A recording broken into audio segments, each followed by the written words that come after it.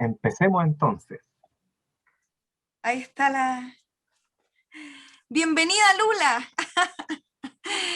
Les contamos que vamos a empezar. Ahí la gente que venga llegando se irá sumando, pero como siempre en estas jornadas, no sé si han tenido la oportunidad de participar ya, siempre tenemos como una... Voy a sacar el sonido, ¿sí? Siempre tenemos como un PPT así muy chiquitito, no se asusten, para detonar el debate. La idea es que podamos comenzar por ahí, entonces ahorramos tiempo de paso. Muchas gracias por estar acá, por querer dar esta conversación, así que le voy a dar la palabra a mi colega Bastián para que comencemos. Buenas tardes, colegas, muy buenas tardes. Espero se encuentren excelentes. Muchas gracias por participar en esta instancia de conversación, de reflexión con Rocío, y gracias a ustedes también ha nacido esta idea de reflexionar sobre el proceso constituyente y lo que nos convocaría a nosotros, ahí está la pregunta, como profesores y profesoras en este proceso. ¿Qué rol pudiésemos tener nosotros? ¿Qué rol le podríamos dar al estudiante? ¿Qué influencia podría tener en este proceso? Desde allí que surja la necesidad de preguntarnos por la enseñanza de la filosofía en este contexto particular que estamos viviendo nosotros y nosotros como profesores de filosofía en Chile. Así que, Rocío, si puedes compartir la diapositiva. Le doy. Vamos allá. ¿Se ve en grande? Ya por problematizar, perdón. Sí, gracias, Rocío. En el fondo, la pregunta primordial que va a regir y nos va a direccionar este debate, esta reflexión como grupo, es cómo llevar el debate constituyente a las aulas. En el fondo, la reflexión invita a pensar el debate constituyente en nuestra fuerza de acción y poder, que es el hacer clases de filosofía, la enseñanza de la filosofía en la educación, en la escuela. Todos sabemos por el contexto que estamos pasando como ciudadanos de este país, y también hemos sido partícipes, hemos presenciado el rol que ya han tenido los estudiantes, los y las estudiantes, en este proceso. Si no mal recuerdan, la imagen habla por sí sola, ¿cierto? El hecho de que los estudiantes hayan saltado el torniquete ese día que se elevaba el precio del metro 30 pesos, detonó una serie de acontecimientos que nos llegan y nos invitan y nos convocan a este preciso momento. El rol de los estudiantes puede ser discutido, podría ser reflexionado a partir de lo que nosotros, según nuestra propia experiencia, podemos decir a partir de lo que consideremos la enseñanza de la filosofía y su rol en la sociedad. Así que, sin más preámbulos, creo que podríamos empezar y detonar la reflexión a partir de este pequeño video que teníamos preparado para ustedes.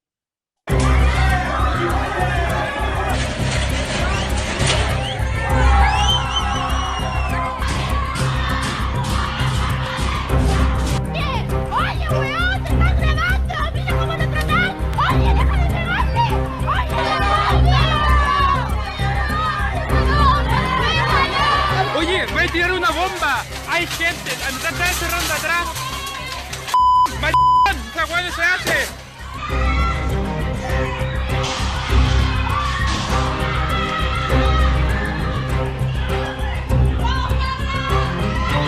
De estos grupos que son violentistas, que son grupos delincuentes, que es una delincuencia pura y clara. Los trabajadores y las trabajadoras del metro no somos enemigos de los estudiantes, creemos que la demanda por el alza de pasajes es una demanda legítima.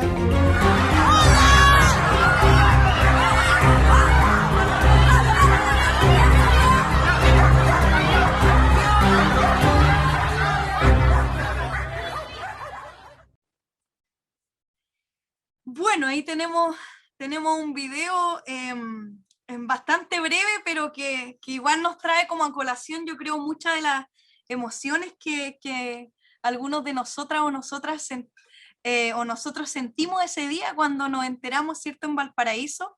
No sé qué estaban haciendo ustedes, en el caso de mi colegio, estábamos en alianza, así que era un ambiente festivo total que entraba en contradicción con estas noticias que llegaban de la capital, ¿cierto? Y lo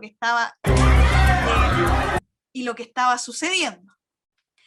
Hemos reunido junto con Bastián, aquí mi compañero me puede interrumpir en el momento que considere necesario, algunos modos de abordar esta pregunta, porque cuando nos preguntamos cómo llevar el debate constituyente a las aulas, dependiendo cómo lo abordemos, ¿cierto? Podemos tener distintas alternativas frente a esta temática, y bueno, algo que al menos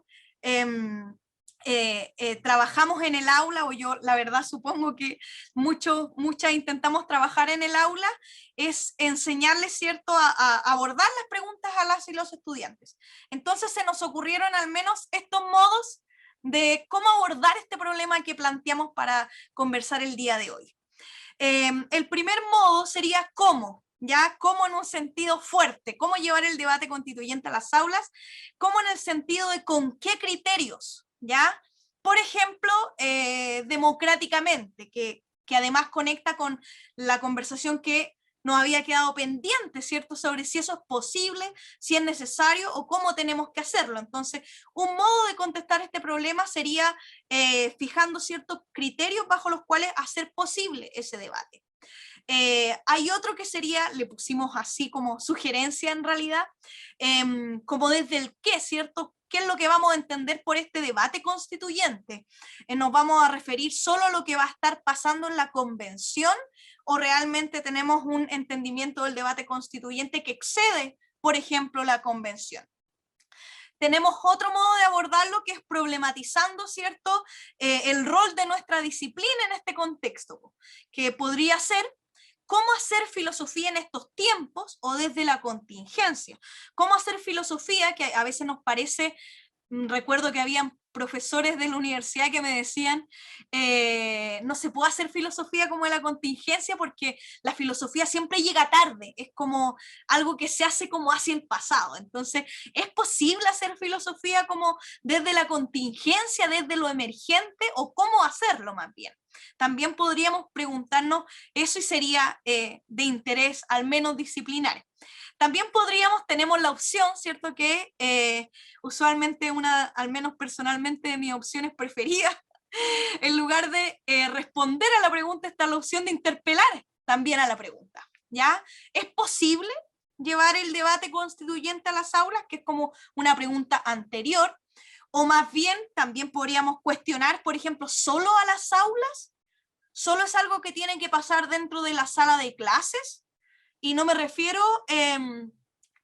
a lo que tenga que pasar como país, que creo que todas podemos coincidir en que el debate tiene que ser mucho más amplio que en la escuela, pero también refiriéndonos a lo escolar, porque muchísimas veces nos cuesta pensamos con mucha claridad nuestra práctica política pedagógica en el aula, pero tenemos dificultades para pensar, por ejemplo, cómo coordinar este trabajo interdisciplinariamente o qué posibilidades ofrece la escuela para convertirse, por ejemplo, en este espacio de debate y de interpelación. Y también tenemos, por supuesto, esta idea de, y ahí le doy la palabra al tiro a Bastián, tenemos esta idea de que lo podemos abordar desde ya directamente desde la respuesta, ¿cierto? Por ejemplo, desde la didáctica, con qué metodología se puede hacer, desde el currículum, cómo vinculamos OA, con la priorización o el tiempo que tengamos, también según las necesidades de las y los estudiantes y su contingencia local, o también desde qué espacios como institucionales. Bastián. Gracias, Rocío. Quería agregar que solamente corresponden a ciertas directrices que son propuestas acá en el espacio para la reflexión. Ahora bien, si cada uno tiene alguna en particular que quisiera manifestarla en su debido momento, créanme que es totalmente válida. Acá solamente estamos dando algunas directrices para invitar al diálogo. Eso. Sí, por supuesto, más que necesaria la acotación ahí de mi compañero, estas fueron cosas que se nos ocurrieron en realidad para desatar la conversación, más que cuáles serían los modos, ¿cierto?, de abordar en sí el problema. Ojalá se nos puedan ocurrir nuevos modos acá en conjunto. Acá tenemos algunas citas para motivar el diálogo. Tenemos esta frase de Cerletti, ¿ya? Que dice que los mejores profesores y profesoras serán aquellos que puedan enseñar en condiciones diversas, y no solo porque tendrán que idear estrategias didácticas alternativas, ¿cierto? Que es como el problema del cómo, sino porque deberán ser capaces de repensar en el día a día sus propios conocimientos, su relación con la filosofía y el marco en el que se pretende enseñarla. O sea, vemos que no solo con respecto al tema que nos compete, que es el debate constituyente, ya enseñar, ¿cierto?, trae una dificultad grande porque implica repensar continuamente lo que estamos haciendo y también nuestra relación con la filosofía, sino que en realidad cualquier temática exige a la práctica docente esta idea de estar continuamente repensando, reevaluando, autoevaluando, cuestión que sabemos en la práctica muchas veces no poseemos ni siquiera el tiempo para poder hacerla de manera pertinente. Institucionalmente hablando, hay algunos espacios que podríamos considerar y que solo los mencionamos acá para que tengamos esta visión amplia más allá del aula y no solamente reducida a lo que pasa, ¿cierto?, de la puerta para afuera o ahora de mi sala de Zoom hacia adentro, de otras alternativas y que son espacios que se pueden, no quiero decir tomar, pero sí utilizar en función de abordar ciertas temáticas en la escuela. Tenemos, por ejemplo, lo que es el PI, ya que es el Proyecto Educativo Institucional. Legalmente, cada escuela, yo no sé cuántas lo hicieron el año pasado, pero cada escuela tiene que debatir al menos 2 veces al año, según indica la normativa ministerial, el Proyecto Educativo Institucional, ¿ya? El PI. Se supone que es una vez por semestre y se supone que ahí uno puede consignar, no sé, por ejemplo, como parte del Consejo de Profesores, algunos principios que nos ayuden a introducir posteriormente esta discusión. De hecho, no sé si a alguien le ha tocado trabajar en eso, pero si algo no está en el PI de un establecimiento, no se puede, por ejemplo, exigir fondos después para eso. Entonces, súper importante, no sé, pues que consignemos en el PI la importancia o el interés que tiene nuestra escuela en producir diálogos sobre la contingencia o en formar democráticamente a los estudiantes, etc. También está el espacio del plan de formación ciudadana, que no sé si alguna de ustedes le ha tocado conducir. En mi caso me ha tocado y al menos he podido constatar que se pueden hacer muchísimas cosas desde ahí. Si no les toca, por supuesto, pueden ir donde quien está encargado en su liceo y proponerle algunas acciones. Lo que tiene el plan son acciones y dentro de esas acciones está, por ejemplo, todo lo que compete a la vida democrática. Entonces, se pueden proponer, no sé, asambleas abiertas, espacios de discusión, instalar más jornadas de reflexión que las que están consignadas ministerialmente, etc. Y también, por supuesto, está el espacio del Consejo Escolar, al menos para los que trabajan en liceos municipales, ¿cierto? Donde cada estamento, cualquiera sea, no sé, como profesores pueden llevar una moción, basta que un estamento del Consejo Escolar convoque. Ustedes saben que en el Consejo Escolar está docentes, asistentes, representantes sostenedor, apoderados y estudiantes. Basta con que un estamento convoque o que uno lleve una idea como consejo de profesores sobre una acción, lo que sea que se quiera hacer, y se puede someter a discusión en el Consejo Escolar para votarla por los distintos estamentos. Bastián, cuando quieras, por favor, me interrumpes. Aquí dejé una frase de un texto que es un texto de Castoriadis que se titula Figuras de lo pensable. Ya este corresponde al capítulo ¿Qué es la democracia?, que personalmente se los recomiendo bastante. Es súper interesante como las definiciones que se hacen ahí, y pensando, presuponiendo que queremos abordar esta conversación desde una vocación de igualdad, es que colocamos esta cita, ¿ya? ¿Qué significaría igualdad? De acuerdo con lo que nos propone Castoriadis, igualdad significa, rigurosamente hablando, igual posibilidad para todos, efectiva, no meramente escrita, para participar del poder. Bueno, ahí también ciertamente nos podríamos hacer la pregunta si es posible tener un debate en igualdad en la escuela, cuando claramente no todos y todas participamos, ¿cierto?, del poder del mismo modo. Para Castoriadis eso implica no solo informar a quienes tienen que tomar decisiones sobre lo vinculado a las decisiones que tienen que tomar, sino implica, para que haya igualdad, tiene que haber también no solo información, sino capacidad de juzgar efectivamente, algo que a veces no encontramos tan claramente, y también tiempo de información y de reflexión. No sacamos nada de tener la información o lo que haya que deliberar si no tenemos, por ejemplo, tiempo para reflexionar y deliberar en conjunto. Aquí, entonces, las preguntas, estas también son absolutamente sugeridas para el trabajo que queremos hacer hoy, ¿ya? La primera es, ¿qué estatus damos a las y los estudiantes? Muchísimas veces, si bien nuestro compañero Bastián nos mostraba que el sujeto político de las últimas movilizaciones en estos últimos años suelen ser las y los estudiantes, no siempre las y los entendemos como tal. Entonces, una pregunta que nos tenemos que hacer como introspectivamente es cómo pensamos a las y los estudiantes. Porque solo de ese modo podríamos definir la segunda pregunta que viene, que es cuál sería nuestro rol entonces, frente a este proceso, frente a este grupo, ¿cierto?, de estudiantes. Y ya en un tercer momento, que sería engarzando con la pregunta global que le pusimos a este espacio, ¿cómo sería posible entonces propiciar las condiciones para este debate en la escuela? Si creemos, por ejemplo, que tiene que ser un debate democrático, igualitario, ¿cómo lo hacemos? ¿Cómo es posible? Bastián, no sé si quieres sumar algo más. Sí, gracias, Rocío. Yo creo que vamos llegando a la parte de explicar la metodología de la reflexión, ¿cierto?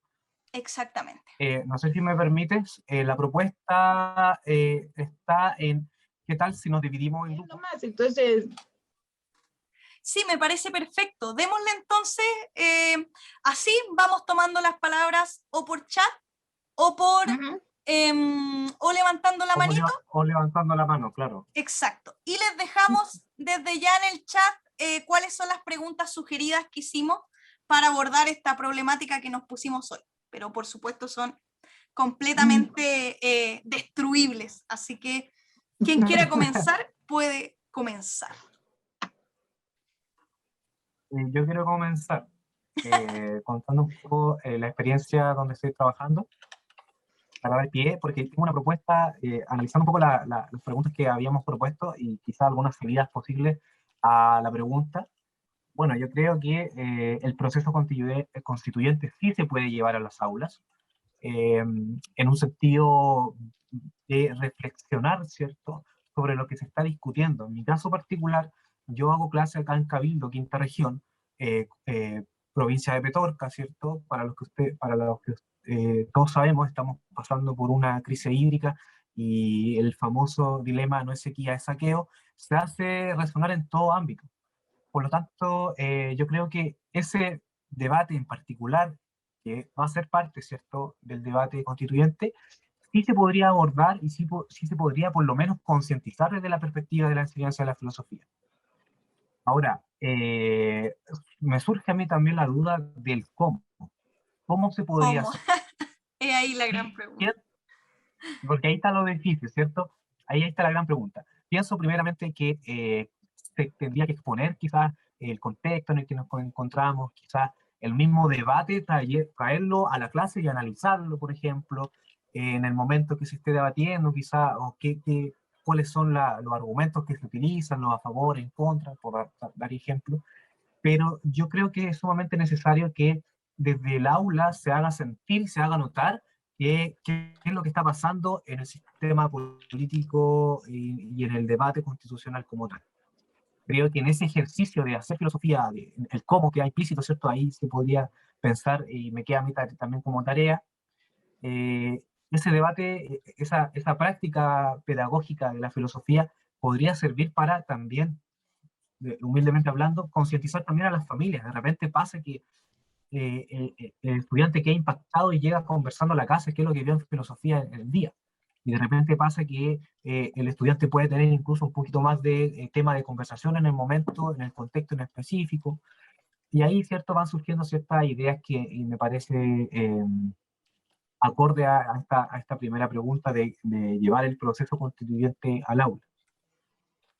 Yo creo que Muchas sí. gracias. Yo creo que sí. Perdón. Gracias. No, Perdón, para hacer es interesante la pregunta porque como ustedes son profes de enseñanza secundaria, a mí siempre me encanta que se pregunten por el cómo hacer las cosas, porque no siempre se las preguntan. Entonces es muy buena escucharlos. Hay un cómo que a mí me parece bastante importante, es que los muchachos tienen que asumir que ellos están participando de una historia que les compete a ellos, que no es una historia de adultos. Porque esta constitución que se va a construir es la de ellos, o sea, no es la mía, por lo menos, o sea, eso está clarísimo. ¿Sí? Entonces, el cómo es haciéndolos asumir a ellos esa responsabilidad.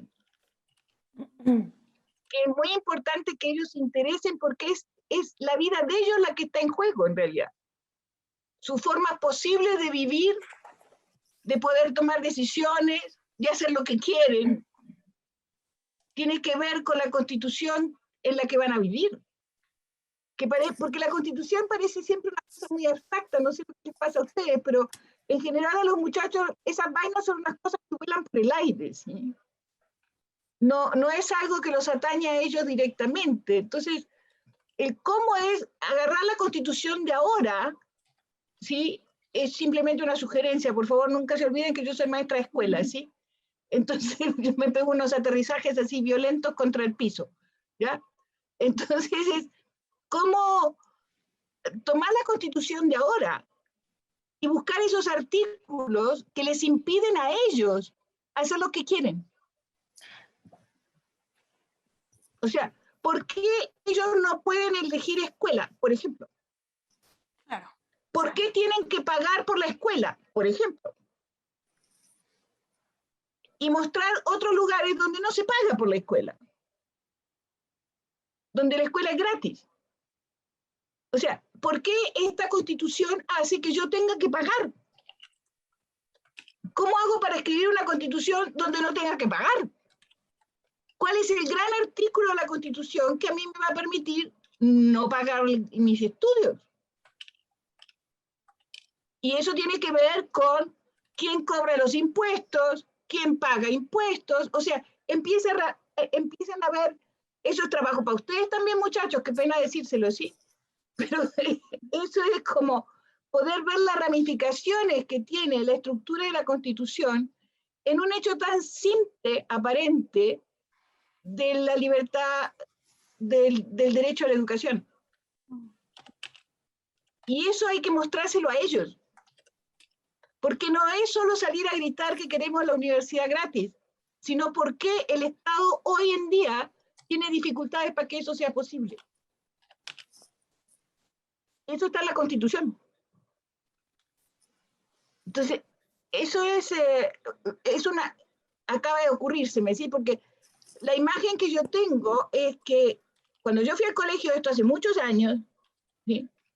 Yo tenía una monja irlandesa de profe de historia, que cuando nos enseñaba historia de Inglaterra, que por supuesto ella era irlandesa, o sea, no es un dato menor ser irlandesa enseñando historia inglesa, ¿sí? Entre los católicos y Enrique VIII, ¿ya? Entonces, ella nos ponía a nosotros a representar a María Estuardo, a la Elizabeth I, a los decretos que hacía, al cuento de los piratas, de cómo robaban por todos lados. O sea, esas representaciones nos enseñaron más que leer muchos libros.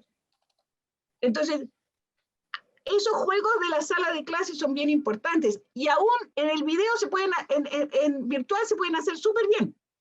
Sí. Sí, de hecho me gustan harto las ideas que van saliendo, porque creo que cuando pensamos en este problema de cómo llevar el debate constituyente a las aulas, lo primero que pensamos es como en hacer esta constituyente paralela, ¿cierto? Así como, ya, mientras están discutiendo acá, ¿cómo hacemos nosotros para que estén discutiendo acá? Que esa es como la primera tendencia que me da la impresión que tenemos.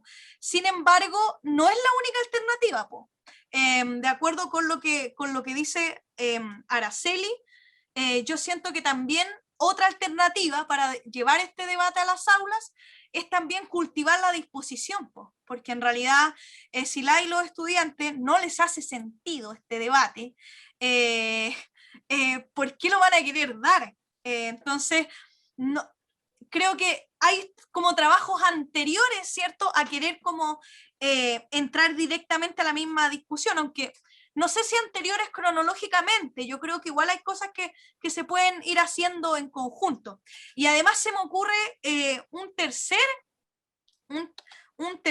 modo que igual considero no menor, y lamento colocarlo en lenguaje tan OCDE, que es como el tema de entregar la habilidad necesaria. Igual a mí me preocupa muchísimo eso, porque yo creo que muchísimas veces nos ha sucedido que llegamos, ¿cierto?, a tercero o ya ni siquiera un curso, y llegamos a la sala de profesores, un consejo de profesores, y no hay habilidades básicas para el diálogo.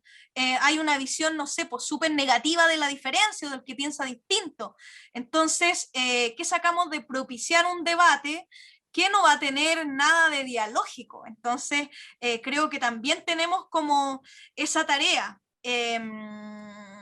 Que es como, no es menor, como de identificar qué cuestiones son necesarias para poder dar ese debate, tanto en nosotros y nosotras como en las y los estudiantes, para poder también como preparar la tierra, por decir de algún modo, para que ese debate surja, florezca.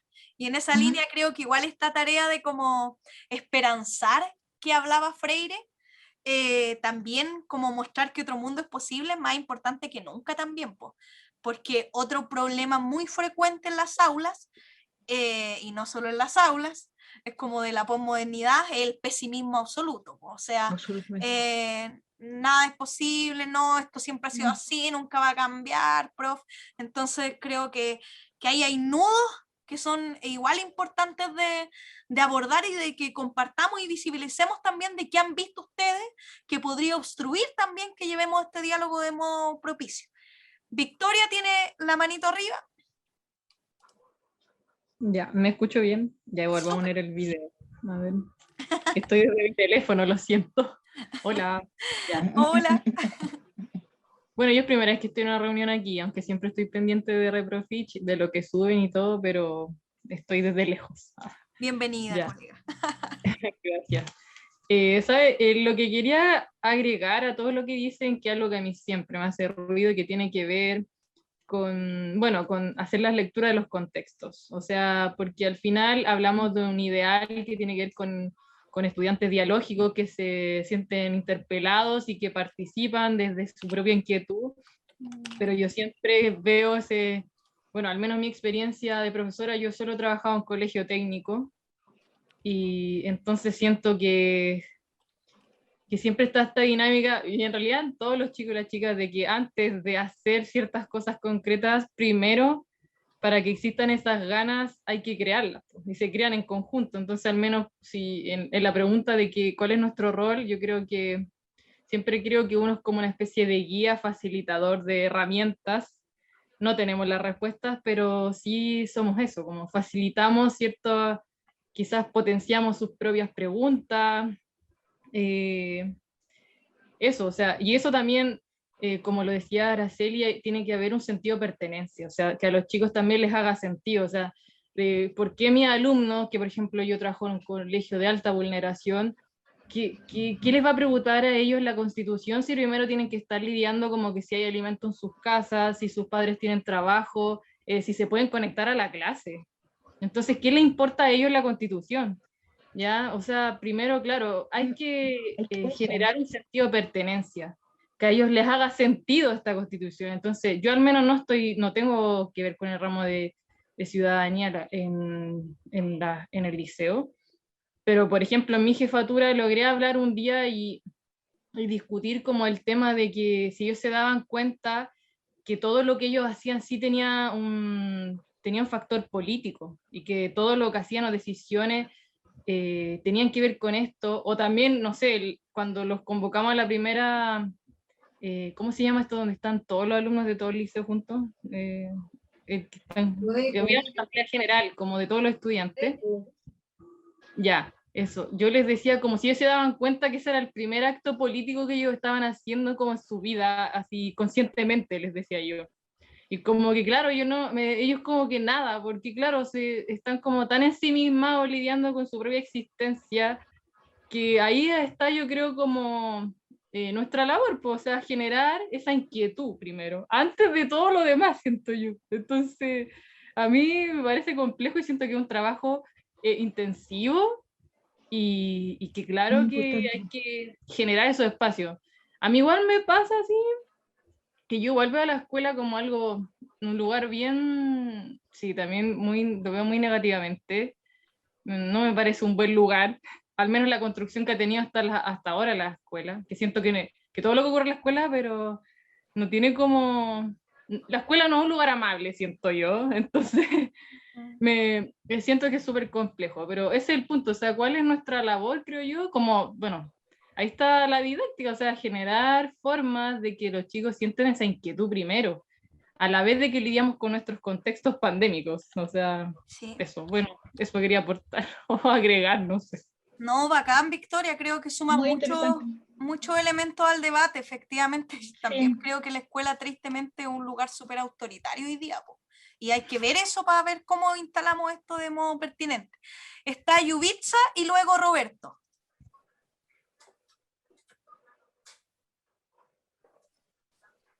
Ya, es que... Ya, hola. No sé, yo quería hablar porque yo ahora no estoy haciendo clases, pero he hecho durante mucho tiempo, entonces como que me imagino que debe estar siendo súper complicado hacer clases ahora.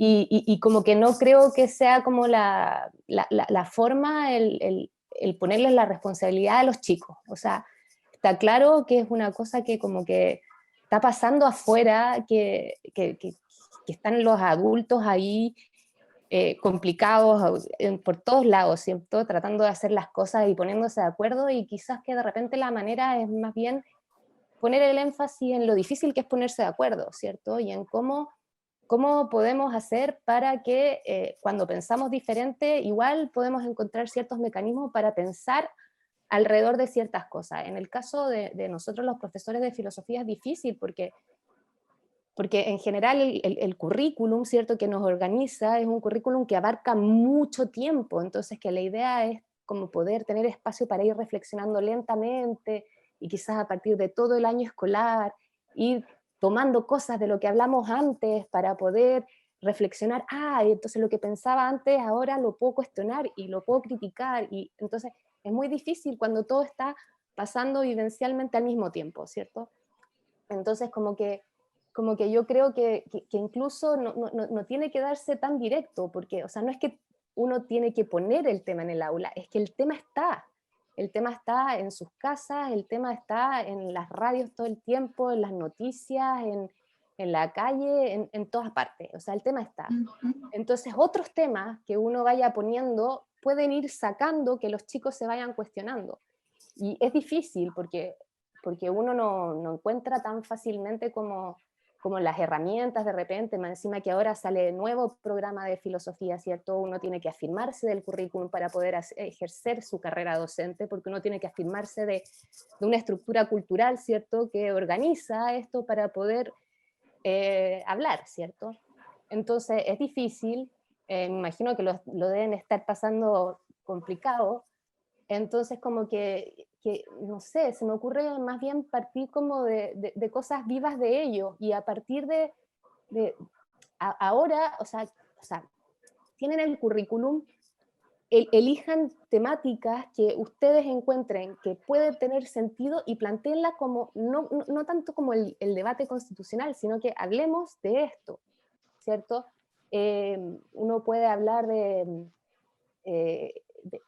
bueno, o sea, si uno quiere, por ejemplo, hablar de entrar el tema de de cómo ha funcionado la escuela a través del tiempo. Uno puede hablar de cómo funcionaba el currículum, no sé, antes de la pacificación de la Araucanía incluso, ¿cierto? Como antes había un currículum que hablaba de cómo los araucanos eran chilenos, pero eran incivilizados, y hablar de la diferencia entre ser civilizados y no civilizados y qué piensan ellos. Como que creo que plantearlo como tan directamente a los chicos, obviamente como que los va a hacer como que es un tema que es difícil para nosotros, que somos adultos. Para ellos es más difícil. Entonces, si uno no encuentra una herramienta, igual yo he estado mirando un poco los planes que han salido, y hay elementos, hay cosas que uno puede sacar de ahí y hacerlos leer, y van a salir. Si los chicos cuestionan, los chicos preguntan, ellos mismos sacan. Tanto ponerlo directamente es como forzarlo. Pienso yo, también pienso harto como de eso de trabajar, o sea, los profesores de filosofía, como que generalmente no tenemos ni departamento, ¿cierto? Generalmente somos uno en un colegio, estamos solos, a veces nos ponen con el departamento de religión, a veces nos ponen con el departamento de historia, o a veces nos ponen ahí, pero como que no tenemos como un departamento con el que trabajar y poder hacer cosas más. Entonces igual un poco saber lo que está haciendo el compañero también nos puede ayudar. Saber lo que está haciendo el compañero como de historia. ¿Qué estáis viendo tú? A ver, ¿qué puedo yo sacar? Es muy difícil porque planificar uno se demora. O sea, yo tuve la suerte de cuando empecé a trabajar como profesora, no estaban pasando tantas cosas difíciles, entonces yo podía proyectar todo el año y pensar en las cosas que iba a hacer más adelante y planificar. Pero claro, ahora es como todo encima, entonces uno se estresa. Entonces partir de chiquitito, como agarrar temas chiquititos, que un poema que les guste a ustedes, que puedan reflexionar, que sean, ojalá, poemas chilenos también, no sé, cosas de, no sé, hay elementos bonitos, y incluso en los nuevos programas que han dado hay cosas bonitas, o sea, uno puede encontrarlas, puede sacarlas y puede hacerlas leer, y va a salir, o sea, la conversación sale, y a ir planteando. Es difícil ponerse de acuerdo, sí, puede ser esto otro, y de a poco, y ahora está complicado, entonces como que tratar de organizar todo el sistema, sino que ir a algo chiquitito y a ver qué pueden sacar. Es como lo que se me ocurre a mí, porque en verdad es muy difícil. Sí, o sea, yo creo que instala un problema súper interesante. O sea, en el momento que dice el tema está, no hay que ponerlo, yo creo que se desata como una bomba que es bastante interesante de abordar. Así que me parece muy interesante para dónde va esta conversación. Tenemos 3 manitos, generó harto interés la intervención de Yubitsa. Ahora, Rocío. Perdón. Viene Roberto ahora, o a menos que Yubitsa... Exactamente, viene Roberto. Démosle nomás. Hola, buenas noches a todos y a todas. Bien. Buenas noches, colega. Ahí supe que se escucha. Oye, primero que todo, comentarles que yo no soy profesor de filosofía, soy profesor de historia. Soy profesor también universitario de la Universidad Alberto Hurtado, pero en mi ejercicio llevo muchos años como profesor tutor, acompañando a las profesoras que están y profesores que están en formación, sobre todo en educación básica. Así que por lo tanto mi reflexión tiene que ver un poco con lo que esa experiencia me ha brindado, y que en realidad apunta a varias cosas de lo que ustedes ya han comentado. ¿Sí? De hecho, ahí estaba leyendo a Luisa en el chat, que puso justamente un elemento que quería comentar, que hay que visibilizar el tema y hacerlo pertinente a los y las estudiantes, que es también un poco lo que dijo Bastián cuando habló justamente de los requerimientos o las demandas ciudadanas con respecto al saqueo, ¿no es cierto?, del agua, o lo que también comentaba Judith hace un momento de partir como de lo más pequeñito, ¿no es cierto?, hacia lo más complejo. Uno de esos puntos era justamente eso lo que quería plantear, tratar de, en el fondo en el aula, porque yo creo que hay dos grandes desafíos. Uno tiene que ver con lo didáctico, que es lo que le estamos dando vuelta, pero también aquí hay una cuestión ética, que tiene que ver hacia dónde queremos apuntar con la formación de los niños y las niñas. Porque efectivamente, si estamos pensando en niños de básica, las oportunidades que tienen para poder incidir en este debate ahora van a ser bastante cerradas. Pero si pensamos y entendemos que en la historia los procesos constituyentes duran años, ¿sí? Que en realidad no es una constitución, que son procesos constituyentes, efectivamente nos estamos haciendo conscientes de preparar a ciudadanos en las discusiones, incluso, ¿no es cierto?, futuras, venideras. Hacer visible lo implícito, yo creo que esa es una tarea relevante, colocar sobre el aula cuestiones que parecen que son anecdóticas, que son cotidianas, pero que en el fondo, al tratarlas, ¿no es cierto?, de una forma controversial, de una forma que apunte justamente a la problematización, ayudamos a que los niños y las niñas partan justamente desde cuestiones que son inmediatas, que tienen que ver con sus necesidades cotidianas, que tienen que ver, ¿no es cierto?, con lo mismo que ustedes comentaban, desde el hambre, la dificultad para poder conectarse, ¿no es cierto?, situaciones de violencia, incluso, etcétera, en las distintas familias, verlo justamente desde una perspectiva de derecho, que es lo que planteaba justamente también la profesora Araceli. Eso permite justamente empezar a visibilizar cuestiones que parecieran que están alejadas de la Constitución, pero que son terriblemente pertinentes, ¿no es cierto?, para esta discusión. Y dentro de lo que debiésemos visibilizar, yo al menos considero 3 categorías que son clave. Sería el concepto de niño o niña, estudiante, ¿no es cierto?, en general, y sujetos de derecho. Como niños y niñas, yo creo que una de las cuestiones que se deben visibilizar es el adultocentrismo, porque eso evidentemente coarta las posibilidades del derecho del diálogo o de significar justamente con relevancia los aportes que puedan dar los niños y las niñas. En este mundo, ¿no es cierto?, que de hecho por ahí lo dijeron, esto es una discusión de adultos, pareciera automáticamente que clausura la posibilidad de que los niños puedan intervenir desde sus propias experiencias. Por lo tanto, visibilizar a los niños y a las niñas como también sujetos que tienen la posibilidad de poder opinar y colaborar en esta discusión es una cuestión que tenemos que visibilizar en primer lugar. Sobre todo porque estamos pensando que en la constituyente hay que hablar sobre educación. Y cuando estamos hablando de educación, estamos hablando de un proyecto que queremos de sociedad y por lo tanto, evidentemente que todas las personas tienen cabida en esa discusión.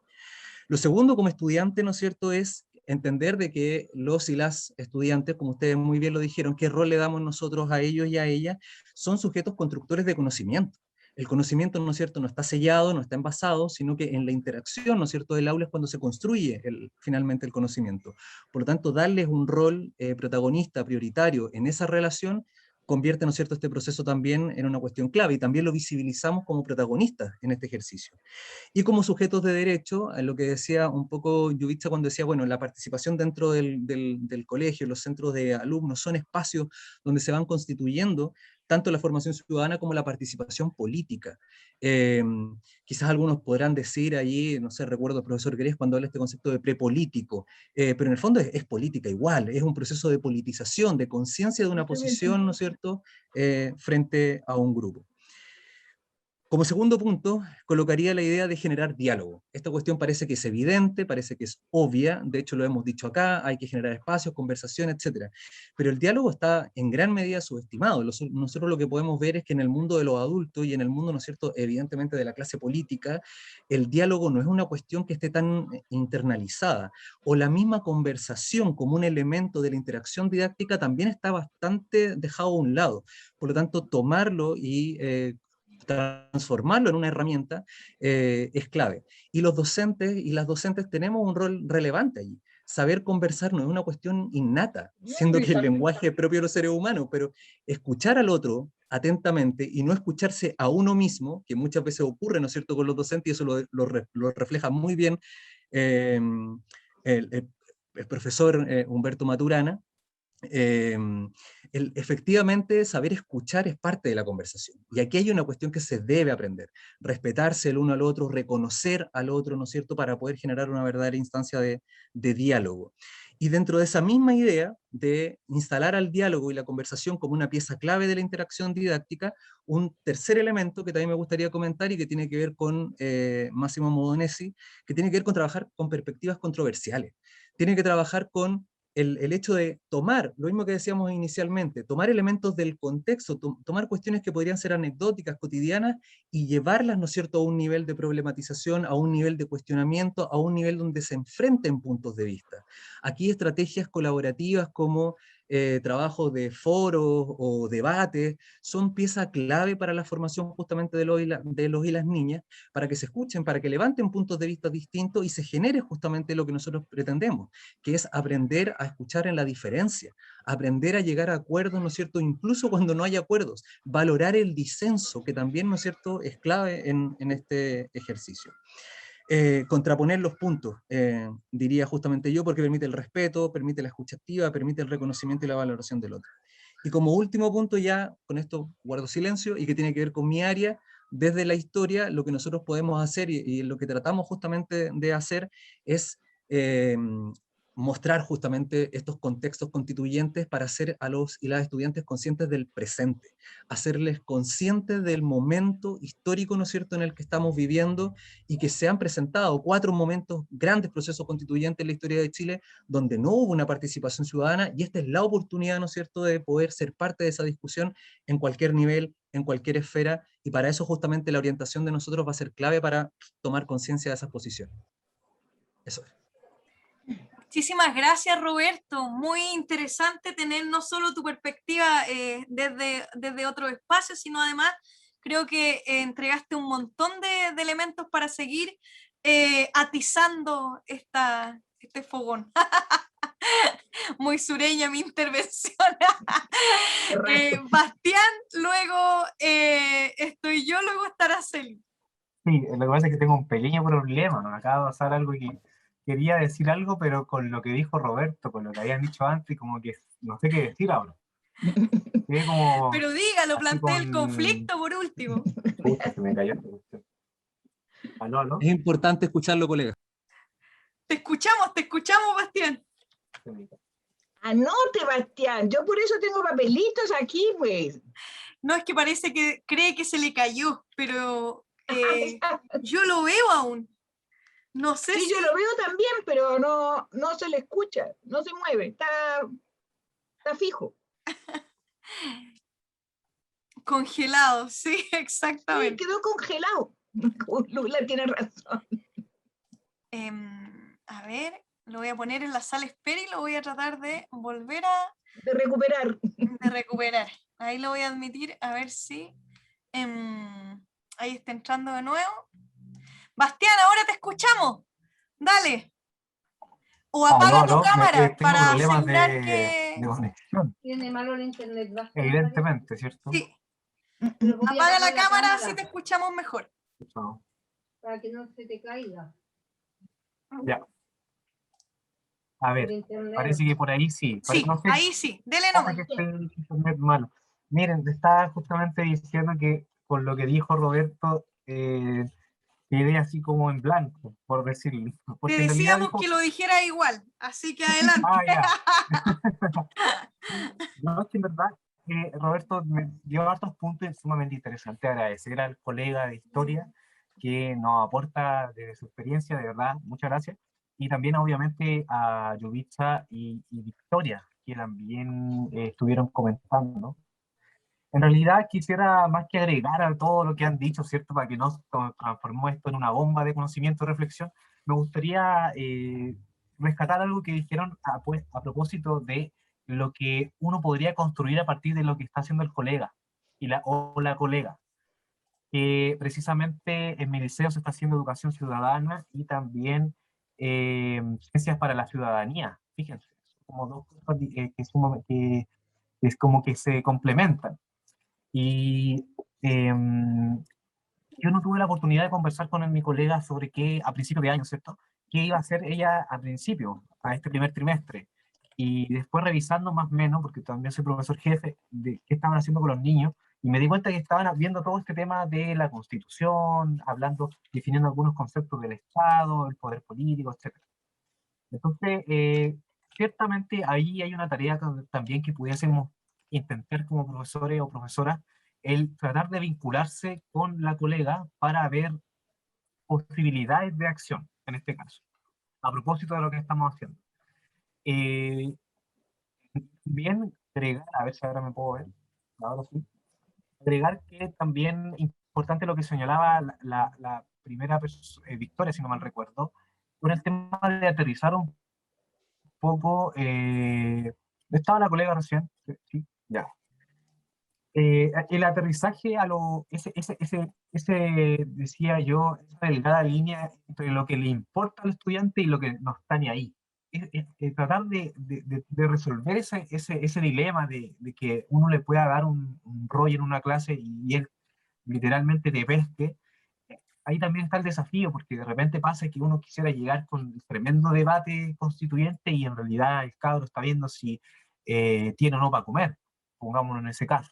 Entonces me gustó esa idea de contextualizar la enseñanza, que es algo que he aprendido yo en esta poca experiencia pedagógica que he tenido, pero que sí me he dado cuenta que de repente yo venía con una práctica en Viña del Mar que me había hecho en un colegio, buen colegio, y llegaba con las medias pruebas, con indicadores, y acá llegué a hablar con otro tipo de estudiantes. Entonces me tuve que readaptar y tratar de ver nuevas metodologías para hacer filosofía en este contexto preciso.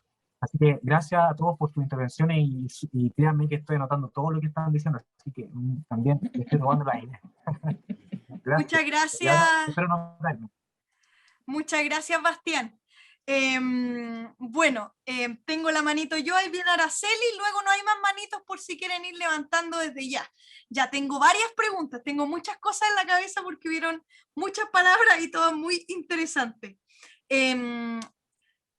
Yo creo que efectivamente lo que nos decía, ¿dónde está? Yubitsa, nos plantea un problema bien grande, porque ella decía que el tema está, no hay necesidad de ponerlo, ¿ya? Y creo que comparto eso, en el sentido que por alguna parte va a salir el tema. Pero también pienso que no podemos caer en la ingenuidad de creer que en realidad nosotros no decidimos qué es lo que el tópico que esté en la sala y el tópico que no. O sea, igual tomamos decisiones y creo que es un poder que no podemos evitar.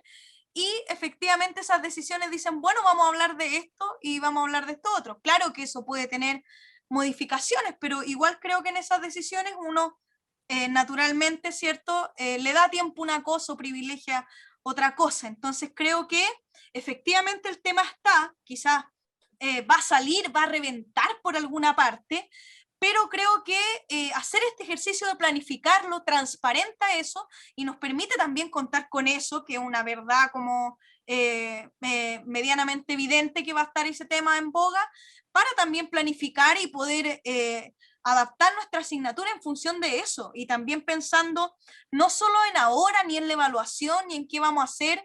De hecho, creo que incluso esto puede ser, Yubitsa mencionaba que para muchas chiquillas y chiquillos actualmente con suerte tienen sentido las clases, ¿cierto? Y creo que tiene mucha razón, pero creo que también esto puede ser una oportunidad como para que esas clases tengan más sentido, pues. O sea, igual lo que hemos estado haciendo hasta ahora y la priorización curricular no nos da mucho margen de... ha sido bastante descontextualizado, por decirlo de algún modo. Entonces creo que si el tema está... tenemos esta paradoja, o a mí se me hace la paradoja personalmente, que siento que es una irresponsabilidad igual no obviarlo o no planificarlo, porque es complejo, porque como muchos y muchas han manifestado, siento que es complejo. También he escuchado dentro de las palabras, me han llamado la atención algunas frases, que también las mencionó Roberto, como esto de decir que es un problema de adultos, o que como que son los adultos los preocupados. Yo creo que efectivamente, bueno, de hecho el video con el que comenzamos muestra que quienes más preocupados y preocupadas estuvieron fueron y los estudiantes. O sea, perdonen, pero el otro día mi pareja me decía, y comparto con él, por eso le robo la idea, me decía, en realidad en este país si no se mueven los cabros no se mueve nadie. Nadie. Son ellos los que ponen el cuerpo literalmente en la calle, se van presos, sufren la represión policial para que este país cambie, y nosotros creemos que los cabros como que no están en nada, porque no van a pensar, porque tienen hambre. Creo que efectivamente hay prioridades, ¿cierto? A veces no se pueden obviar, pero o sea, creo que los estudiantes muchísimas veces tienen más conciencia política que todas y todos nosotros. Entonces creo que también tenemos que tener muchísimo cuidado con eso, con no pensar que es solo una discusión de adultos cuando precisamente ellas y ellos abrieron el proceso. En esa misma línea me asusta un poco escuchar de repente la palabra concientizar, como esto de llevar la palabra a las y los estudiantes, cuando en realidad creo que este proceso que estamos viviendo es inédito, entonces también es un proceso de aprendizaje para nosotras y nosotros. Lula decía en el chat que hasta dónde este proyecto de sociedad es un Frankenstein y se aleja de lo que es nuestra verdadera naturaleza, si es que hay cosa tal, yo lo pondría en duda, o que es un anhelo, pero que tenemos que tener este criterio de realidad. A mí igual me asusta un poco eso, porque siento que tenemos que reconocer nuestras propias expectativas y no podemos traspasarle igual a la y los estudiantes nuestras expectativas por el proceso. O si lo hacemos, porque quizás lo haremos inevitablemente, hay que ser cuidadosos y cuidadosas. Creo que es un riesgo como bien grande y en ese sentido también no creo que tengamos como una misión de concientización o evangelización, sino más bien de pensar cómo podemos hacer este diálogo en las mayores condiciones de igualdad posible, entendiendo, según la cita que veíamos, ¿cierto?, que no hay condiciones de igualdad en la escuela para dialogar. De hecho, como decía Victoria, si no me equivoco, yo comparto, la escuela es un lugar absolutamente totalitario hoy en día. Es como el peor escenario propicio para el diálogo. Y creo que, y la última pregunta que les quería dejar, porque lo he escuchado harto, pero de verdad que yo quiero saber de qué se trata, pero no lo sé, es qué es lo que significa para ustedes contextualizar la enseñanza. Porque podría interpretarse de modo muy bonito, o muy perverso, así como chuta, estos cabros no pueden saber más. Entonces me gustaría como que hiciéramos el ejercicio de ver qué significa eso para nosotros y nosotras, pues. ¿Qué es contextualizar la enseñanza? Eso, está Araceli, Luis y Yubitsa. Denle nomás. Bueno, yo tengo como tres cosas distintas. Ya. Bacán. ¿Cómo? Al último Lula, perdón, Araceli, ahora sí. Ay, perdón, discúlpame. Yo tengo como tres referencias a tres cosas que dijeron. Una, lo que dijo Victoria, que me parece muy importante, la dificultad que hay con trabajar con muchachos que están marginalizados. Diga, usemos la palabra porque así es la cuestión, ¿sí? Pero el tema para mí más importante es que hay que quebrar la marginalización. Pero el quiebre de la marginalización no se da de afuera, se da desde adentro de ellos mismos. Y de ahí la relevancia de la conversación. Si la escuela es una camisa de fuerza, como se dijo, y lo es, ¿sí? Eso es lo que hay que romper, es la condición de camisa de fuerza, porque a la escuela la hacemos nosotros, queridos. Así que si la escuela es camisa de fuerza, mirémonos al espejo. Porque la escuela la hacemos nosotros. Entonces, dejémonos así, no es algo que venga de arriba, no, somos nosotros los que estamos adentro del cuento.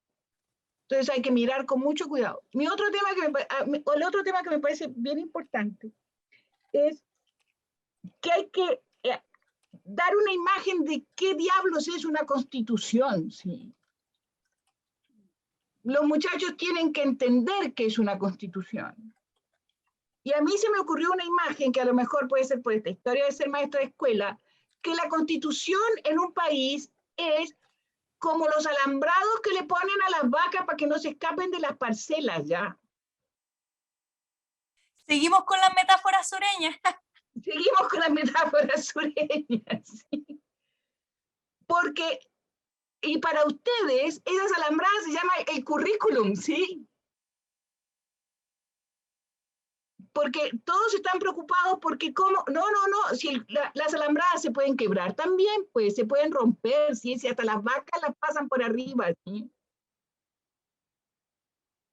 Entonces el tema es, ¿cómo hacemos para tener una constitución que no sea totalmente una sujeción al poder? Sabiendo que siempre hay que poner límites. Entonces la noción de límites que pone la constitución, ¿cuál es? ¿Cuáles son los principios fundamentales? Y en eso hay un ejercicio que es muy divertido. Miren los artículos primeros de algunas constituciones del mundo y se van a reír mucho. La Constitución italiana dice lo siguiente: Italia es una república fundada en el trabajo. Primer artículo, ¿sí? Primer artículo de la Constitución francesa. Francia es una república que se funda en la libertad, la igualdad y la fraternidad. Entonces, ¿cuál es el primer artículo que queremos nosotros? Entonces, conversemos con los muchachos cuál sería su primer artículo en la Constitución. Démosle algunos ejemplitos, por supuesto. ¿Ya? Y tu pregunta, Rocío, es la pregunta del millón. Pero yo te voy a dar mi versión de lo que para mí es contextualizar. Y quiero que lo entiendan que mi experiencia docente es en la universidad y en la escuela primaria, ¿sí? Y para mí contextualizar es hablar de lo de todos los días.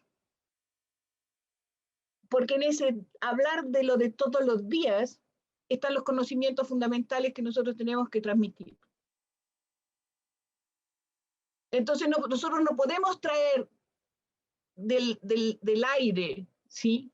Porque a nadie le importa, y a los chicos menos que a nadie, ¿sí? Entonces, ese tema para mí es fundamental. O sea, yo no puedo, o sea, imagínense ustedes que ustedes llegan a hacer clase a, yo qué sé, a Finlandia, ¿sí? Entonces ustedes le van a hablar de las 4 estaciones, o llegan a Bogotá a hablar de las 4 estaciones. Las caras de los nenes de Bogotá serían un poema, porque no hay estaciones. ¿Sí? Entonces yo no puedo hablar de algo que no existe. Por ejemplo, el clima es un tema fundamental para entender que todos vivimos en mundos diferentes. Y que un maestro que está formado en el sur de Chile llega al trópico, ¿y cómo explica el clima? Póngase usted, Rocío, que viene de por allá del sur. Entonces, a ver, ¿cómo le explica a los nenes de Bogotá que viven a 2.800 metros de altura, donde ellos van a hablar de tierra fría y tierra caliente? Y que sus días se mueven entre con lluvia y sin lluvia. Contextualizar es eso, es darse cuenta donde uno vive y hablar desde donde uno vive. Y de donde los muchachos viven. Y ese es un tema que se conecta con lo que decía Victoria sobre los muchachos de los sectores de pobreza de este país, que son muchos. Porque la escuela le está diciendo al final, y eso para mí es uno de los problemas fundamentales, a esos muchachos, que es importante tener zapatillas Nike, que eso es lo que te hace importante. Y eso es lo que la escuela no puede hacer. Porque la marginalidad de ellos hay que romperla desde adentro de ellos y no pensar que las zapatillas Nike te hacen mejor persona que otros. Y además, porque además tú tenés derecho a tener zapatillas Nike. ¿Por qué? Si da lo mismo usar cualquier par de zapatillas. Uno se siente uno porque es uno, no por las zapatillas que usa. Y eso sí lo puede enseñar la escuela. Muchísimas gracias, Araceli. Creo que muy potente la reflexión. Tenemos a Luis, luego Lula se tenía que ir lamentablemente Yubitsa, y Roberto, no sé si esa manito es de ahora o de delante. Nos avisas por chat. Luis, te escuchamos. Hola, buenas tardes a todos. Primero que todo, disculpen la demora en ingreso. Hemos estado como lleno de cosas, obviamente, y todo. Me imagino, andamos en la misma. Así es. Les comento que yo llegué a ustedes porque vi que estaban haciendo esto. Yo soy profe de Química y Ciencias Naturales, ¿ya? Y vengo a comentarles una propuesta en la que estamos trabajando con un grupo que se llama Mapu Praxis, ¿ya? Una organización de profes. Nosotros trabajamos desde la educación popular y las pedagogías críticas, y en este año que justo se están conmemorando los 100 años del natalicio de Paulo Freire, empezamos a trabajar en una propuesta de diálogos adolescentes y juveniles, ¿ya? Y la verdad creemos que tiene que ser co-construida. No creemos tener la verdad, pero sí sabemos que nos falta que más gente ingrese para poder hacer algo en conjunto, ¿ya? Entonces, les puedo, bueno, yo creo que ahora no es el momento porque empezaron ya hace un rato, pero comentarles que estamos generando un espacio, estamos hablando con diversos convencionales a nivel del país para ver si podemos enlazar el sistema educativo con esto. Yo comparto totalmente. A mí el sistema educativo encuentro que es lo más represivo que existe, me violenta constantemente, pero por lo menos en esta situación de pandemia creo que ya hemos estado trabajando acerca de cómo generar los canales. Entonces, pese a todo, hay estudiantes que están en nuestro espacio, entonces podríamos generar esas discusiones, conversaciones. Yo comparto totalmente lo que comentaban respecto de por qué tienen que ser adolescentes quienes lleven adelante la lucha o el reclamo. Y me imagino que eso tiene que ver con que la adultez hace que estemos insertos en un sistema simbólico, ¿cierto?, propio del neoliberalismo, además, en el que nos encontramos, en el que empezamos a ver eso como parte de un momento pasado y que ahora ya tenemos otro tipo de responsabilidades, ¿cierto?, las que tenemos que atender. Entonces eso se lo dejamos a la juventud. Me imagino que también tiene que ver con no sé si plantearlo como con la memoria traumática que se genera luego de la dictadura, pero con ese tremendo pero que tenemos respecto de qué fue lo que pasó, qué hizo cada quien, porque estamos acercándonos si es que ya no estamos inmersos en una polarización, que yo creo que vuelve a sacar este debate de qué fue lo que pasó. Entiendo igual que por lo menos de las conversaciones que he tenido, esto desde mi experiencia, en ningún caso una generalización, para los chiquillos pareciese ya no ser tan relevante lo que pasó, sino que están viendo en qué estamos y qué hacer. Y creo que algo complejo de la discusión que tenemos en este momento es que no sé si tenemos un proyecto país. Primero, no sé si queremos tener un proyecto país, y si es que quisiésemos, ¿cuál? ¿Hacia dónde? Porque entiendo que la Constitución va a ser la base de ello. Entonces, en base a eso, la propuesta que tenemos nosotros, como les digo, en ningún caso intenta ser la solución, es solo una propuesta totalmente modificable, rearmable, destruible, la que sea.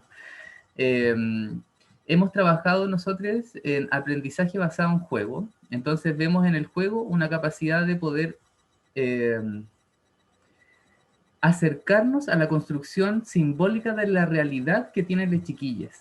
¿Ya? Yo no sé si alguna de ustedes conoce el Minecraft. Sí. Yo la conozco por mis nietos, o sea, sé súper bien cómo funciona. Yo la verdad es que a mí me cuesta entenderlo, porque cuando me comentaron que en realidad podías hacer cualquier cosa, y esa es como la norma, puedes hacer lo que quieras, como que mi mente explotó un poco, porque yo estoy acostumbrado a que el juego esté normado, ¿cierto? Se puede hacer esto, no se puede hacer esto. Entonces creemos que desde el juego podríamos estimular esas conversaciones. Estamos trabajando sobre un juego que se llama Tough Cards, que no sé si lo conocen, que tiene que ver con decisiones. Entonces, te coloca, es un juego de diálogo, te coloca en una situación distópica, entonces tú tienes que ir en base a esa situación distópica comentando qué harías, y aparecen preguntas como cómo alimentarías a tu espacio, nos vienen a atacar, qué es lo que harías, cómo te imaginas que funcionaría un sistema educativo en esta situación, no sé. Entonces creemos que quizá desde ahí, desde un lugar un poco más externo, podemos llegar a que las chiquillas comprendan que dentro de la construcción de sus discursos y de sus realidades, primero que todo existe una diversidad, porque probablemente lo que yo entiendo como respeto no es lo mismo que tú entiendes como respeto, entonces la idea es que tratemos de tener eso claro, ¿cierto?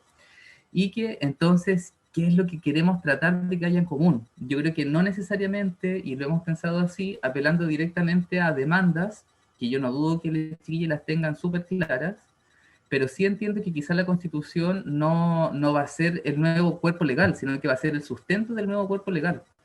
Entonces, creo que es una discusión relevante y compleja, tanto para nosotros como para las chiquillas, pero creo que es súper importante que tengamos en consideración lo que piensan, lo que sueñan, lo que esperan de este espacio, porque van a ser ellos quienes van a vivir bajo esa norma, más que nosotros.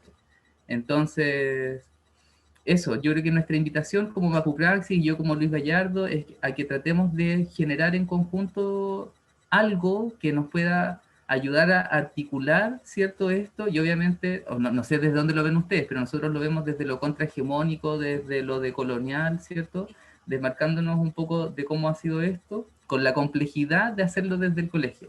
Nuestra propuesta para eso es, pensando en el agobio que estamos viviendo, y para que pueda ser inserto en los espacios, y ojalá generar una comunidad tanto de docentes como de estudiantes, que eso es lo que nos gustaría, que estudiantes se conozcan y digan, oye, tu problema es el mismo problema que tengo yo, y viviendo en el sur, en el centro, en el norte, entonces probablemente no es algo aislado, sino que se puede evidenciar en cierta forma el sistema. Enlazar entonces estos temas con los objetivos de aprendizaje para poder crear estas planificaciones. Yo la verdad, pese a venir de la educación popular, creo que tenemos que tener una metodología. Complejo, obvio, porque la educación popular está basada, ¿cierto?, en muchas enunciaciones que me encantan, pero que no decimos bien cómo hacerlas. Y desde los espacios de educación popular muchas veces nos cuesta enunciar o compartir cómo lo hacemos, cómo creemos que fomentamos el pensamiento crítico, lo compartimos. Claro, como la bajada práctica.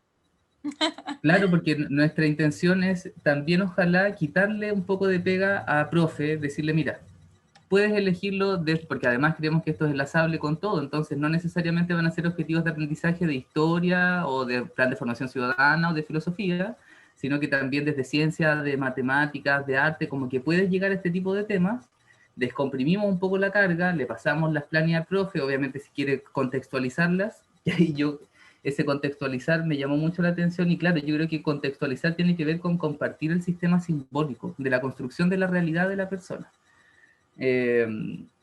Como crear pertenencia, que yo creo que, como decía Araceli, que el estudiante comprenda que hay cosas que están dentro de él, que le han mandatado a explicarse las cosas de una manera, pero que no necesariamente va a ser de esa manera. Pueden haber otras, y pueden haber muchas, y podemos crearlas, no necesariamente las que me están diciendo que hay como diversidad, sino que yo puedo imaginarme una. Ya sé. Así que eso, les pasaba a compartir. Sí, igual, Luis, te dejé en el chat el correo de la organización porque me parece súper interesante que podamos como mantener este contacto. Les comparto la propuesta. Ya, buenísimo, porque además a mí me impresiona la cantidad de espacios como que se están abriendo ahora. He visto un montón de asambleas de profe y cosas, y creo que es muy interesante justamente poder ir articulando todo esto y sobre todo para darle esta bajada que entiendo trae la propuesta que ustedes están trabajando, pues. Así que me parece como más que buena idea, y te agradezco también que lo hayas compartido y ojalá podamos mantener esa comunicación. Gracias a ustedes por el espacio, por meterme en su espacio de filosofía. Pero así creo que somos docentes, así que algunas cosas compartimos igual. Y sí, totalmente. Ya, pues les comparto la propuesta. Les comparto la propuesta, les voy a seguir escuchando. Voy a elongar un poquito, sí, porque he estado todo el día en esta misma posición, sentado aquí, pero les voy a estar escuchando igual. Dale nomás, genial. Bacán, Luis, gracias a ti. Roberto, dale nomás. Ay, no, perdón, me equivoqué. Lula, luego Roberto.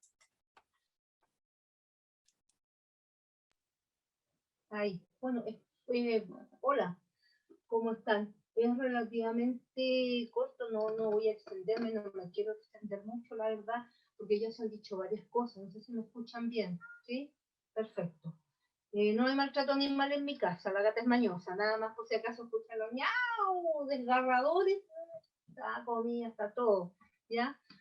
El tema es complejo en el sentido que partimos de una realidad y ahí está la contextualización, no todos los estudiantes tienen las mismas aspiraciones, y alguien hablaba de escuchar, y efectivamente el tema es escuchar a los estudiantes, y escucharlos de verdad, no por compromiso, no desde mi tarima de profesor, desde el diálogo simétrico. Entonces ahí es donde se rompe el tema del adultocentrismo, sin olvidar el rol que nos compete, porque ese es un tema bastante complejo también. O sea, yo no soy amiga de mis estudiantes, de ninguna manera enemiga, pero yo soy mucho más vieja. Estamos hablando en simetría, pero hablando en simetría no significa que tengamos los mismos intereses ni que pensemos igual. Mi estudiante pentecostal, mi estudiante católica, Opus Dei, mi estudiante atea, pueden ser amigas y pueden tener vínculos y lazos, tal como en la familia, donde hay de todos los colores. Entonces de repente este delirio de pensar que todos pensemos igual es un delirio. ¿De qué realidad estamos partiendo? ¿Qué cosa es una constitución? Se supone que es una ley suprema de un Estado que de alguna manera organiza y faculta la acción de los poderes públicos. Entonces, ¿en qué medida estamos vinculados con esa realidad? Directamente no. Directamente los estudiantes están viendo un mundo bastante más reducido y bastante más, ¿cómo decirlo de alguna manera? estructurado por los medios de comunicación, por lo inmediato, lo contingente. Pero ellos se dan cuenta que hay lo urgente, lo perciben, lo huelen con más olfato que nosotros. Nosotros de alguna manera también estamos obnubilados por todo este bagaje de los medios de comunicación, de la información que te va dibujando una realidad distinta. Entonces tenemos que aprender de ellos. Ahora, ¿dónde? En el contexto, ahí se escucha mejor, en el contexto del programa que tenemos. Después de todo, nosotros no estamos haciendo adoctrinamiento, no estamos llevando agüita para mi molino, estamos enseñando a que cada uno piense con su propia cabeza, empezando por nosotros. Y cuesta bastante cuando los medios de comunicación y cuando el sistema va atendiendo a un tipo de pensamiento estandarizado. Estamos frente a una realidad doomer, donde todo está ya, se rompe, se cae a pedazos y vemos el apocalipsis. Pues entonces, con este tema de la pandemia también nos ponemos en ese contexto de que se nos está cayendo el mundo a pedazos, nos estamos muriendo los boomers, ya no está quedando realidad, los estudiantes no tienen capacidad de crítica. Entonces ya tenemos que de alguna manera tratar de construir la capacidad de diálogo. Y en este minuto, con el tema de la pandemia y con esta conversación a pausas que estamos llevando a través de las cámaras, se hace complicado. Los estudiantes de repente no quieren mostrarse tampoco, entonces de repente te dejan el mono puesto y se van por otro lado. Entonces hay que buscarle temas que sean, claro, te dejan el mono, oye, y cri, estáis escuchando los grillos nomás, po. Estáis hablando sola. Entonces de repente este diálogo implica, oye, les pongo una pregunta, contéstenmela, por dónde, no sé, les mando qué sé yo, una pizarra al Jamboard, para que me vayan anotando cuestiones y para que vayan preguntando, o imágenes de repente. Y yo hago el ramo filosofía política en tercero y en cuarto, y hay una unidad re interesante que está relacionada con el poder. Entonces hoy día justamente tenía con las cabras de tercero, y saqué una imagen que dice, y sale una loca con un cartel que dice, en Chile, vivir en Chile vale un ojo de la cara, y sale dibujado el ojo. Entonces yo le pregunto, ¿qué les dice esto? Y empezaron, una de la clásica, los clásicos que son los que siempre participan, y después se fueron sumando más. Entonces ya hay temas desde el contexto en el que vivimos. Les leí el cuento de Santiago en 100 palabras, cómo estudiar en una casa pareada y hacinada. No son más de 100 palabras, sí, pero 2 párrafos, en donde cómo te las arregláis para vivir en una casa así y para estudiar así. Y les pido, ¿y qué opinan? ¿Qué les parece? Escríbanme, no quieren hablar, les da vergüenza. Anótenlo por el chat y empiezan a salir las opiniones. Y de ahí empecé a construir, crítica, cuestionamiento, y de ahí tenéis que llevarlo al tema que nos convoca, que es la filosofía. Hagamos la reflexión. ¿Y quién piensa diferente? Les di un trabajo, una tarea, y les di los principios políticos del liberalismo y del socialismo, y se los confronté. Elijan cuál les parece más adecuado, y qué crítica le hacen a los dos. Entonces las socialistas no le podían hacer crítica al socialismo, y las liberales no le podían hacer crítica al liberalismo. Entonces yo le dije, un ejercicio intelectual. Si a mí no me aporta nada, a mí me da lo mismo, yo no soy nada. ¿Ya? Yo no soy ni chicha ni limona, como dice la canción. Pero ustedes sean capaces de abrir la mente y de la postura que tienen, hacerle una crítica constructiva. Y de la postura que no es la suya, hacerle un reconocimiento para saber, cuando tengan en el momento de debatir, defender su idea. Entonces, aprendan, abran la mente. O sea, a mí no me aporta, no me suma, pero es mi tarea como profe de filosofía. Entonces, de repente, el tema de la Constitución, de esta ley suprema que se dice así, que garantiza los derechos y las libertades. Bueno, ¿y hasta dónde? ¿Qué libertades tenemos? ¿De qué libertades estamos conscientes? El artículo 1 dice pomposamente, las personas nacen libres e iguales, y garantiza las libertades. ¿De qué libertad estamos hablando si tenemos la tele encima que nos está vendiendo, pero ya compre, repita? La dignidad y los derechos, y la familia, otro enunciado más, perlas de la sabiduría de Chile. La familia es el núcleo fundamental de la sociedad. O sea, ubiquémonos, y ahí está la contextualización. ¿Qué familia estamos construyendo o destruyendo? viendo todo lo que significa las agresiones cotidianas que están viviendo los cabros, por el hecho de ser jóvenes. Yo que trabajo con puras mujeres, igual. Entonces, ahí tenemos elementos como para empezar a abrir la discusión, el diálogo, la conversación. Y eso, y esa es la contextualización, o sea, llevarlo al terreno más cotidiano y desde ahí elevar al nivel de la reflexión, al nivel del análisis, y todo lo que nos dice el programa son herramientas que nos sirven para que nuestros estudiantes aprendan a pensar con su propia cabeza, a hacer una crítica, ¿ya? Y si van a tomar el palo o el hacha, que tengan bien claro que lo están tomando por ellos, no porque otro le dijo, anda, toma el hacha, sáltate el torniquete.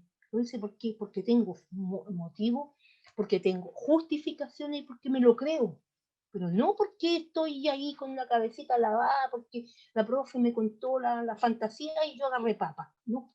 Entonces, un poco eso, y eso cuesta, porque están como esponjitas susceptibles de tomar estas líneas y estas ideas que uno les da, entonces de repente hay que dar el paso atrás, hay que hacer un poco la retirada. Si tú vayas a dar la PSU, yo no, yo ya la di. Yo ya di la prueba de actitud académica, el bachillerato, en aquel tiempo, y tú tienes que prepararte para eso. Entonces, y en la sociedad en que estamos viviendo en este momento, en donde poco se potencia el pensamiento crítico, donde la reflexión es la tira, porque todo es en tweets, que todo es en emojis, hay que aprender a utilizar los mismos emojis y los mismos tweets para hacer filosofía y para ir dándole, poniéndole ese gustito. Eso un poco. Muchísimas gracias, Luisa, por todas las ideas y experiencias que nos compartes también frente a este problema. Roberto, voy a levantar la manito luego para hacer una acotación de metodología. Ya estamos cerca de la hora, así que, Roberto, te escuchamos. Sí, bueno, voy a tratar de hacerlo breve porque quería referirme a lo que tú nos preguntaste, a lo que nos interpelaste con respecto a la contextualización, pero aparecieron intervenciones que evidentemente uno no las puede dejar atrás. Lo que mencionaba Luis hace un momento y ahora la misma Lula, colocan temas que no se pueden saltar. Primero, con respecto a un cuento a lo didáctico, ¿cómo nos hacemos cargo, ¿no es cierto?, de esto desde en los planes donde nosotros trabajamos, que tiene que ver, ¿no es cierto?, con la transposición didáctica o la didactización, ¿no es cierto?, de los contenidos. Yo creo que la pandemia puso un escenario bastante interesante, que nos obliga a tener que hablar sobre justamente los programas y la formación en general. El hecho de la priorización curricular, ¿no es cierto?, de que fue finalmente tal cual como lo expresó el Colegio de Profesores, que me parece que fue bastante atinado en esa crítica, de que fue un recorte. Fue un copiar, cortar y pegar, ¿no es cierto?, del currículum. En el fondo lo que está expresando es algo muy sencillo. Hay cosas que sirven y hay cosas que no sirven. Porque si efectivamente todo el programa sirviera, las estrategias hubieran sido otras, la integración, la nuclearización de los contenidos, etc. Pero acá dejamos los contenidos a un lado y trabajamos solamente con esto. Y me imagino que en todas las asignaturas fueron desafíos bastante similares. En historia era imposible trabajar con ciertos temas si no habíamos trabajado otros conceptos anteriormente. Entonces era una cuestión que no se entendía mucho y pone de cabeza, ¿no es cierto?, el programa y nos obliga a pensar, bueno, estos OA, ¿qué tan pertinentes son? A mí me parece que la estrategia para poder trabajar ahí son los OAT, son los transversales, porque ahí hablan justamente más de aspectos actitudinales que se pueden justamente reforzar y trabajar desde la perspectiva que nosotros queremos desarrollar en base al diálogo, en base al reconocimiento, ¿no es cierto?, del otro. Y en historia en particular, el ajuste curricular que hicieron, que de todos modos fue bastante polémico en muchos aspectos, hay un elemento que a mí me parece que es rescatable y es interesante, que el hecho de que en tercero y en cuarto medio la formación ciudadana apunte a la participación, que en tercero y cuarto medio el programa invita justamente a la conexión y la participación con organizaciones comunitarias. Esa es pero la excusa perfecta para que los y las estudiantes se puedan conectar, justamente se puedan agenciar con las organizaciones que se están dando en sus territorios. Eso me parece que es relevante y ahí creo que el programa tiene un punto que hay que destacarlo. Con respecto nuevamente al tema de la Constitución y al rol de los adolescentes, ¿no es cierto?, que es lo que planteaba hace un momento Luis, también aquí hay una cuestión que es interesante porque hay que desmitificar. Cuando uno habla de constitución, y ahí me suele pasar cuando lo hablo en cotidiano, genera un poco de urticaria y genera una posición automáticamente de rechazo, porque es como hablar de un tinglado jurídico. Hablar de constitución es como hablar de un idioma que solamente los expertos y la gente de derecho puede hablar, que esa es una mala manía, ¿no es cierto?, que nos pegó un Estado tecnocrático, donde, ¿no es cierto?, todos los temas son tratados por expertos. Y la Constitución, más allá de ser este tinglado, ¿no es cierto?, jurídico, en realidad lo que nosotros debemos poner sobre la mesa es que la Constitución es un acuerdo social para una convivencia política. Y por lo tanto, dentro de esa lógica, todo punto de vista cabe, ¿no es cierto?, para poder levantar una discusión. Y en el contexto de la rebelión popular de octubre, en mi territorio, en el caso específico de Maipú, fue muy interesante porque la Asamblea Territorial, recuerdo que levantó unas charlas de discusión constitucional para niños y niñas. Y fue muy interesante lo que se generó ahí porque se hizo una bajada de estas discusiones para que los niños y las niñas pudieran participar y se generaron discusiones en familia ahí en plena plaza. Entonces, ese escenario, esos espacios son realmente muy interesantes e importantes pensando en la proyección, ¿no es cierto?, que van a tener estos futuros y futuras sujetos y sujetas políticas. ¿Por qué son los jóvenes, ¿no es cierto?, y por qué son los estudiantes? Es una pregunta muy interesante que lanzó por ahí Luis, me parece. Bueno, la historia es tajante para señalar eso. Son los jóvenes, son las generaciones de jóvenes los que generan justamente los movimientos disruptivos en los distintos momentos de la historia. Siempre de algún modo ha sido así, entonces no hay que desconocer ello. Y que sean los estudiantes en particular es cosa de mirar, ¿no es cierto?, la dictadura y mirar la década, ¿no es cierto?, de los 80 y cómo ya los secundarios rápidamente se organizan para enfrentar, ¿no es cierto?, el proceso de municipalización. Y de ahí en adelante, ¿no es cierto?, todo el proceso de politización que vivieron los estudiantes, donde se eliminó esta construcción jerárquica que prevalecía, ¿no es cierto?, desde la FECH y otras organizaciones estudiantiles, y se empezó a hablar de un lenguaje de asamblea, se empezó a hablar de un lenguaje asambleístico. No, yo soy vocero y por lo tanto me restringo a esto. Recuerdo esa frase muchas veces en el año 2006 e incluso en el 2011, que cuando se interpelaba a los representantes, ¿no es cierto?, ellos eran súper cautos en decir, bueno, nosotros tenemos que consultarlo con las bases. Ese lenguaje se adquirió a partir de un proceso de politización. Y eso es importante, ¿no es cierto?, seguir potenciándolo de alguna forma. Ahora, con respecto a la pregunta que tú nos dijiste en cuanto a la contextualización, en el caso específico de historia, esto también nos retrotrae a una discusión que es propia de la disciplina, que es propia de la historiografía. Cuando hay toda una discusión en torno a la caída de los metarrelatos, ¿no es cierto?, y toda una caída en cuanto esta idea, ¿no es cierto?, de Fukuyama, del fin de la historia y la imposibilidad, ¿no es cierto?, de mirar la historia en términos como universales. Es cierto que la historiografía tuvo un retorno hacia lo local, hacia la memoria, hacia la historia de los sujetos, y eso generó toda una discusión en torno, bueno, hasta dónde podemos desarrollar conocimiento desde una experiencia particular, cotidiana o localista.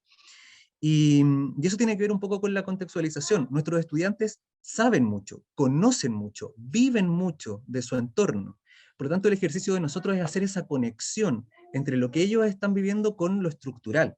Es buscar esa conexión entre lo que están viviendo, ¿no es cierto?, específicamente en su territorio, en su barrio, con lo que está viviendo otro niño, otra niña, otro adolescente, ¿no es cierto?, en otros territorios que están viviendo justamente problemáticas también en común.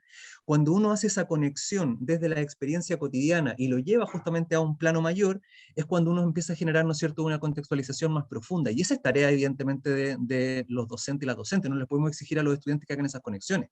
Esa es tarea nuestra. Entonces, partir desde lo cotidiano, partir desde lo local, evidentemente que es fundamental y es necesario para que tenga sentido, para que sea significativo, para que se pueda transferir lo que finalmente estamos discutiendo en el aula a la vida cotidiana. Pero no se puede quedar agotado allí, porque si no terminaríamos construyendo solamente parcelas de experiencia y conocimiento y aprendizaje. La idea es que nosotros al contextualizar tomemos estos elementos cotidianos y lo traslademos justamente a un plano mucho más general para que puedan tener una visión más completa de su rol en la misma, ¿no es cierto?, sociedad. Eso. Muchísimas gracias, Roberto. Bueno, yo pedí la palabra, pero no sé si alguien quiere decir algo más porque ya estamos en la hora, entonces voy a decir una si no voy a tener pequeña. que cerrar. Dale nomás, Bastián. Solamente quiero agradecer el tiempo de cada uno de ustedes que han hecho posible esta reflexión y la conversación que hemos tenido hoy día. Créanme que para mí, en lo personal, ha sido sumamente nutritivo y les agradezco nuevamente su tiempo, colegas. Y me alegra también saber que colegas de otras disciplinas se integren a estas reflexiones que, por lo demás, son de profesores de filosofía, pero hacia todos los profesores, incluso también en algún momento puede hasta que se incluya otro tipo de disciplina, ¿cierto? ¿No? Enriquecería cada vez más la discusión. Así que agradecido de los tiempos, del espacio también ha surgido, porque no es gracias a nosotros, ¿cierto? El espacio se construye entre todos, en el espacio y en el tiempo, ¿cierto? Y agradecido totalmente de la instancia. Gracias. Gracias también, Bastián, por permanecer ahí pese a las dificultades de conexión y todo lo demás. Araceli, por favor. Yo comparto lo que dice Bastián, y me parece fundamental el abrir el espacio de la discusión a otros dominios disciplinarios, si quieres llamar. Pero también me importa mucho que salgan hacia afuera vivencias de muchos de ustedes, porque yo soy viejita, ¿sí?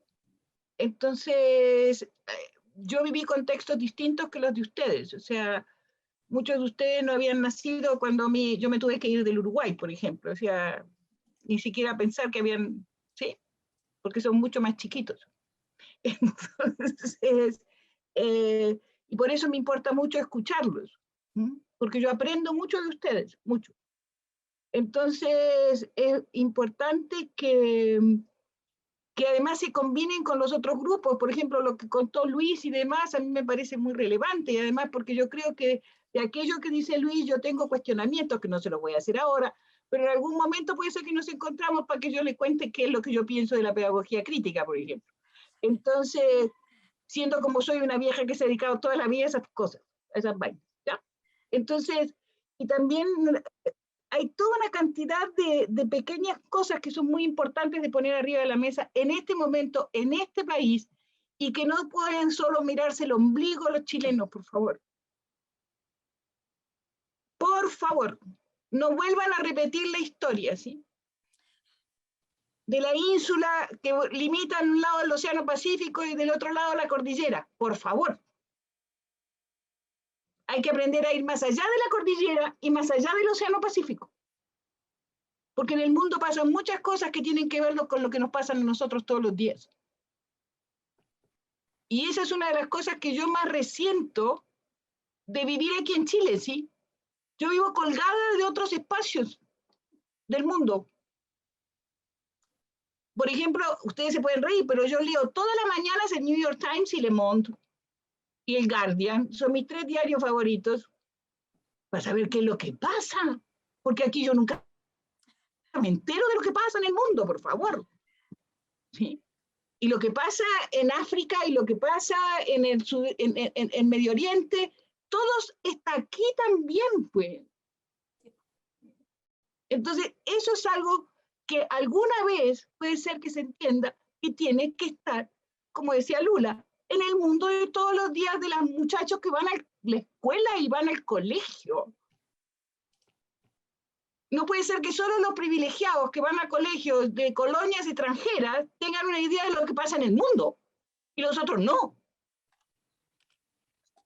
Y eso yo, no. Y si vamos a escribir una constitución, miramos qué pasa con otras constituciones.